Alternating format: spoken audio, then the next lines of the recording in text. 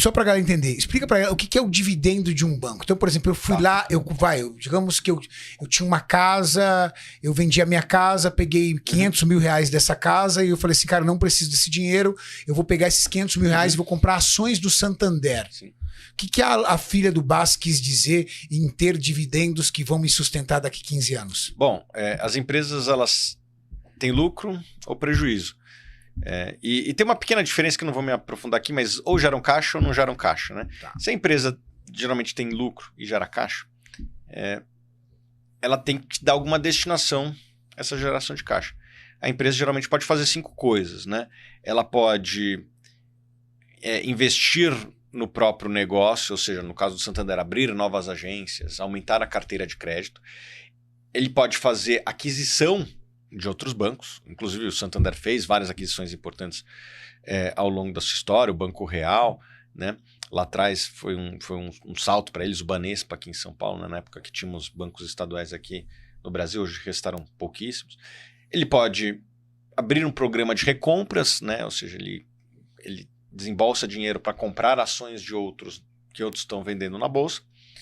Ele pode pagar dividendo, ou dar parte do lucro na forma de caixa para o seu acionista, ou ele pode reduzir a sua dívida, né? No caso do banco, aumentar o índice de Basileia, né? Que é uma forma uma dívida, né? Vamos dizer assim, é um índice de alavancagem do banco. Quanto maior a Basileia, menor o endividamento, né? Mais patrimônio ele tem para cada real que ele empresta, de maneira bem simplificada. E o dividendo é uma das formas que a empresa tem de remunerar o seu acionista. Ela pode fazer outras dessas, entre elas o programa de recompras. Se a empresa ela é próspera, consegue crescer, em algum momento ela vai pagar dividendo para os seus acionistas. E ela vai premiar seus acionistas com um cheque, ou no caso hoje, dinheiro na conta, né? Então, uma que vai pagar aí dividendos nos próximos dias. A famosa distribuição de lucros. A famosa distribuição de lucros, né? É isso. Muito bom. Que ainda não é tributado. Ainda não, né? A gente paga... De fato, o Brasil é um país que não tem a tributação. São poucos países no mundo que não têm tributação de dividendos. Porém, eu acho que a gente tem que sempre analisar um contexto global, né? Comparar a tributação de Brasil sobre PIB, né? E comparar com outros pares aí, emerging market, né? Países emergentes. E você vai ver que o Brasil é um país que tributa muito, Sim. né? Assim, um percentual do PIB de país de Europa, assim, e que entrega pouco pro contribuinte. Mas estão ameaçando de tributar. Eu Cada acho vez mais esse ruído está ficando mais alto, né? Infelizmente, eu acho que vai ser inevitável. O que a gente torce é que tenha algum tipo de compensação na alíquota de imposto de renda que as empresas já pagam, que seja compensatório. Porque só pagar, tem uma hora que ninguém mais quer investir no país. Porque, eu invisto e... né? E só pago? Bom, e aí esses dividendos a pessoa vai... Desculpa. Não, imagina. Esses dividendos a pessoa vem recebendo. Aí fala assim, tá, e por que comprar, por exemplo, de um Santander? Tá. Porque é uma empresa que daqui 15 anos vai existir ainda, né? Provavelmente. Óbvio que risco de banco existe, né? Teve alguns problemas de banco nos Estados Unidos esse ano. Né? Não sei se acompanhou lá o Silicon Valley Bank, né? Deu uma para startups. Teve o problema do Credit Suisse na Europa, que teve que ser absorvido pelo UBS. Então, não é um negócio livre de risco. Os bancos no Brasil, historicamente, os grandes, tiveram muito poucos problemas, né? A Basileia dos bancos é alta. Os bancos no Brasil, eles têm uma receita de tarifas que é muito relevante, com que faz com que eles não precisem tomar risco para pagar a folha, que é a principal despesa, não juros. Então, eu acho que o Santander é um banco que provavelmente vai existir daqui 15 anos. É meu favorito? Não, mas eu respeito quem tem ele como favorito. Agora a galera quer saber qual é o seu favorito. Dos bancos? Se alguém chegasse para você e falasse assim, você tem uma pergunta melhor dos bancos, que de repente você tem algum trabalho com banco, posso deixar você numa situação difícil. Vamos... Não. Dos bancos, é que assim, existem bancos, existe siderurgia, existe mineração, existe um cardápio maior do que só banco. É claro. Se você hoje tivesse 500 mil reais, você investiria em quê? Algo longo prazo, curto prazo? Eu hoje 100% provavelmente em ações do Brasil, entre elas um dos bancos aí que eu gosto, que é o Banco do Brasil. como acionista, né? Acho que é um banco que tem premiado os seus acionistas ao longo do tempo. Está até próximo da máxima, o que é raro no Brasil hoje. E como a pessoa compra? Eu queria só dar uma adicionada aqui, né? Primeiro, eu acho que o cara tem que ter uma carteira diversificada, não é o cara que está nos acompanhando vir aqui e dar um all-in, né, em ações do Banco do Brasil. O cara tem que entender que tem risco, tem uma chance de cair amanhã e tal. Eu conheço e tolero esses riscos. Precisa ver se o meu perfil de investimento é o mesmo que a pessoa que está nos assistindo. Que aceita, né? Colocar 1.000 lá e ver 800. Eu comprei a ação do Banco do Brasil a 34, foi para 28 para ir para 42. Né, e pagar com a minha sócia, por exemplo, com a Petrobras. Ela perdeu muito dinheiro na Petrobras. Mas se manteve, provavelmente estaria no lucro, porque a Petrobras está próxima da máxima. Né? Pois é, ela não manteve, vendeu, ficou desesperado. Bom, talvez tenha vendido para mim. Talvez tenha vendido para mim, foi boa. Mas que é uma empresa que eu gosto também. Né? Tem mostrado que as estatais brasileiras têm mostrado uma governança muito forte. Ela perdeu dinheiro na Vale e na Petrobras. Pô. Então é porque ela não segurou. Não segurou, né? Não segurou. Então. Você vai vendo baixando, chega uma hora, mexe com o seu psicológico, né, cara? Aí entra na frase que você disse que tá lá na sua empresa. É isso. Tirando dinheiro e dando pro paciente. Eu vou até dar um exemplo aqui, Cariani, que você que é um cara esperto vai entender rapidamente. O Warren Buffett, ele tem hoje, sei lá, 100 bilhões na lista da Forbes e tal, né? Se ele tivesse investido no SP500, que é o Ibovespa deles lá de fora, né? É o índice da média do mercado.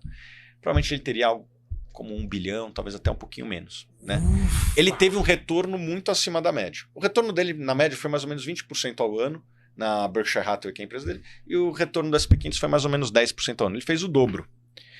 Só que eu, apesar de admirar muito ele, eu não acho que ele é necessariamente um empreendedor. Ele não foi um cara que criou o iPhone ou que criou o Google. Não. Ele foi um cara que comprou ações no momento certo na bolsa. Né? Se ele teve um retorno do dobro da média, de 20%, e a média é 10%, significa que quem vendeu para ele teve um retorno de 0%. Se você vendeu sua ação para o Warren Buffett, na média você teve um retorno de 0%. E ele teve um retorno de 20% ao ano. Né? Porque é um jogo, entre aspas, de soma zero. Para alguém ter um retorno acima da média, alguém tem que necessariamente ter um retorno abaixo da média. Não que a média seja ruim. A média de 10% não é tão ruim assim. A média é conservadora. A média é a média. Né? 10%, uma inflação de 2%, 3%, 7% real, é um bom retorno. Só que o Warren Buffett teve o dobro disso. Né? Significa que quem vendeu ações para ele teve 0. Se ele tem 100 bilhões de dólares e se ele tivesse comprado as SP500 ele teria só 1, significa que ele ganhou 99 bilhões de dólares. Minha pergunta, você acha que ele ganhou 99 bilhões de dólares de uma pessoa ou de 100 mil pessoas, 10 mil dólares? Eu acho que foi distribuído. Exatamente. Na verdade, foi uma concentração. O mercado de capitais, ele concentra capital. Não é porque ele é mau. O Warren Buffett não concentrou dinheiro nele porque ele é mau, maquiavélico, qualquer coisa do tipo. Não. É que ele é mais paciente. Pô, teve aquela crise de 2008, ele foi lá e botou um dinheiro gigante. Comprou Goldman Sachs, comprou, acho que GE, comprou um monte de empresas. Comprou que tá todo mundo vendendo. Exatamente. Tipo, é meio aquela... Já viu aqueles vídeos do Instagram da baleia que abre a boca assim, come um monte de peixinho? É mais ou menos isso que acontece. Mas não é porque ele é maquiavélico, é porque o pessoal queria vender, tava desesperado, entendeu? Estavam querendo se desfazer, né? E ele olhando lá na frente. Ele sabe que as crises passam e as coisas se encaixam em algum momento. Bastante. Foi exatamente isso que aconteceu. E na hora que aconteceu, as ações subiram e Warren Buffett foi feliz para sempre. E ele estuda bastante para entender qual ação. Sim. Que o Cariani trouxe aqui a análise. Daqui 15 anos vai estar aí. Parece meio doido, mas se você pega o próprio S&P 500, 20% das empresas sobreviveram é muito difícil lá atrás. Se a gente pegar a Bolsa Brasileira 15 anos atrás, você vê várias quebraram. É o jogo da sobrevivência nós mesmo. Nós tivemos um exemplo aí tempos atrás agora aqui, né? Mês passado nós tivemos um baita de um exemplo aí, Sim, né? A gente teve algumas empresas que, meio que inesperadamente... Inesperadamente. Você não sabe o que está acontecendo na administração interna lá dentro dela. De repente vem alguém e fala, pô, o que ela está devendo é o valor que ela vale. Aí as ações... Aí você fala, meu Deus do céu, olha meu dinheiro ainda ali. Por isso que é importante você entender um pouco de contabilidade. E como você me diz, diversificar a carteira. Porque... Imagina se o cara tivesse metido um all-in só nessa empresa. Ver se a empresa gera caixa, se a empresa é lucrativa, analisar o histórico, né? Eu acho que É mais ou menos isso. E daí tentar imaginar alguns 2, 3 lances para frente se esse lucro passado ele é sustentável. Não tem muito segredo, é mais ou menos isso. Mas assim, exige paciência, exige preparo. O Warren Buffett teve uma época que acho que ele ficou 3 ou 5 anos sem comprar uma ação. Daí veio uma crise, ele gastou tudo. Mas, pô, você ficar... Esperando o tempo. Você trabalha com isso e ficar quieto 3 anos, cara. Segurando ali. Imagina, com dinheiro cara, na mão. Pensa que você tá na pescaria ali. É um negócio assim, só que não é meia hora que você tá esperando o peixe. 3 anos. 3, 4, 5 anos. E eu não sei quanto tá. Só que daí quando aparece, você sai igual, como você falou, igual o tubarão fazendo. Sai lá. Não sei quanto tá a fortuna dele hoje, tá em 100 e poucos bilhões, até a gente pode colocar aqui. Mas ele... O Gu, eu vejo aqui. A fortuna. Pronto. Olha isso. Ele doou também, né? Com 50 anos, ele tava com 300 milhões. Você vai ver o quanto que ele tem hoje. Com 50 ele tá com 300 milhões. Com 50 anos. Então, de 50 aos 90 agora que ele tem, foi aí. Tá botando 112 bilhões. Quantos filhos ele tem? Oi? Quantos filhos será que ele tem? Sei lá, uns 4, 5. Mas ele falou que vai doar quase tudo e vai deixar, acho que um para cada um só. Ele assinou aquele doido. Giving Pledge lá. A cultura de filantropia é muito forte nos Estados Unidos, né? Muito. Bill Gates, né? O que o Bill Gates faz é muito. Eu acho que essa questão do Buffett traz muito o cenário do longo prazo que a gente traz aqui até pro Brasil, que poucas empresas que geram todo esse lucro. Não é S&P 500, quando você olha, são as empresas ali de tecnologia, a grande maioria. 8% ali das empresas concentraram o lucro do S&P 500 de anos.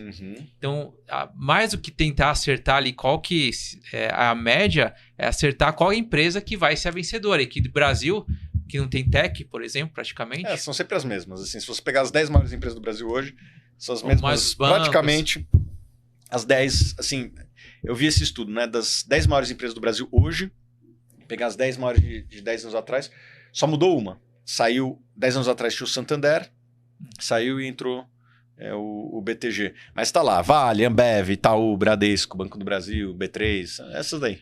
O Santander saiu? Saiu e entrou o BTG. Mas assim, não é que ele foi mal. O crescimento do BTG. Tá. E nada impede também daqui a pouco o Santander voltar também. Mas, provavelmente vai. Mas assim, o Brasil, ele é um pouco diferente dos Estados Unidos, assim... As placas tectônicas do mundo empresarial, elas são mais sedimentadas, assim, não tem ninguém que... Tem essa movimentação tão agressiva, né? Não tem uma Microsoft que surge, são setores tradicionais aqui, né? É banco, elétrica, commodities, é isso que nós temos.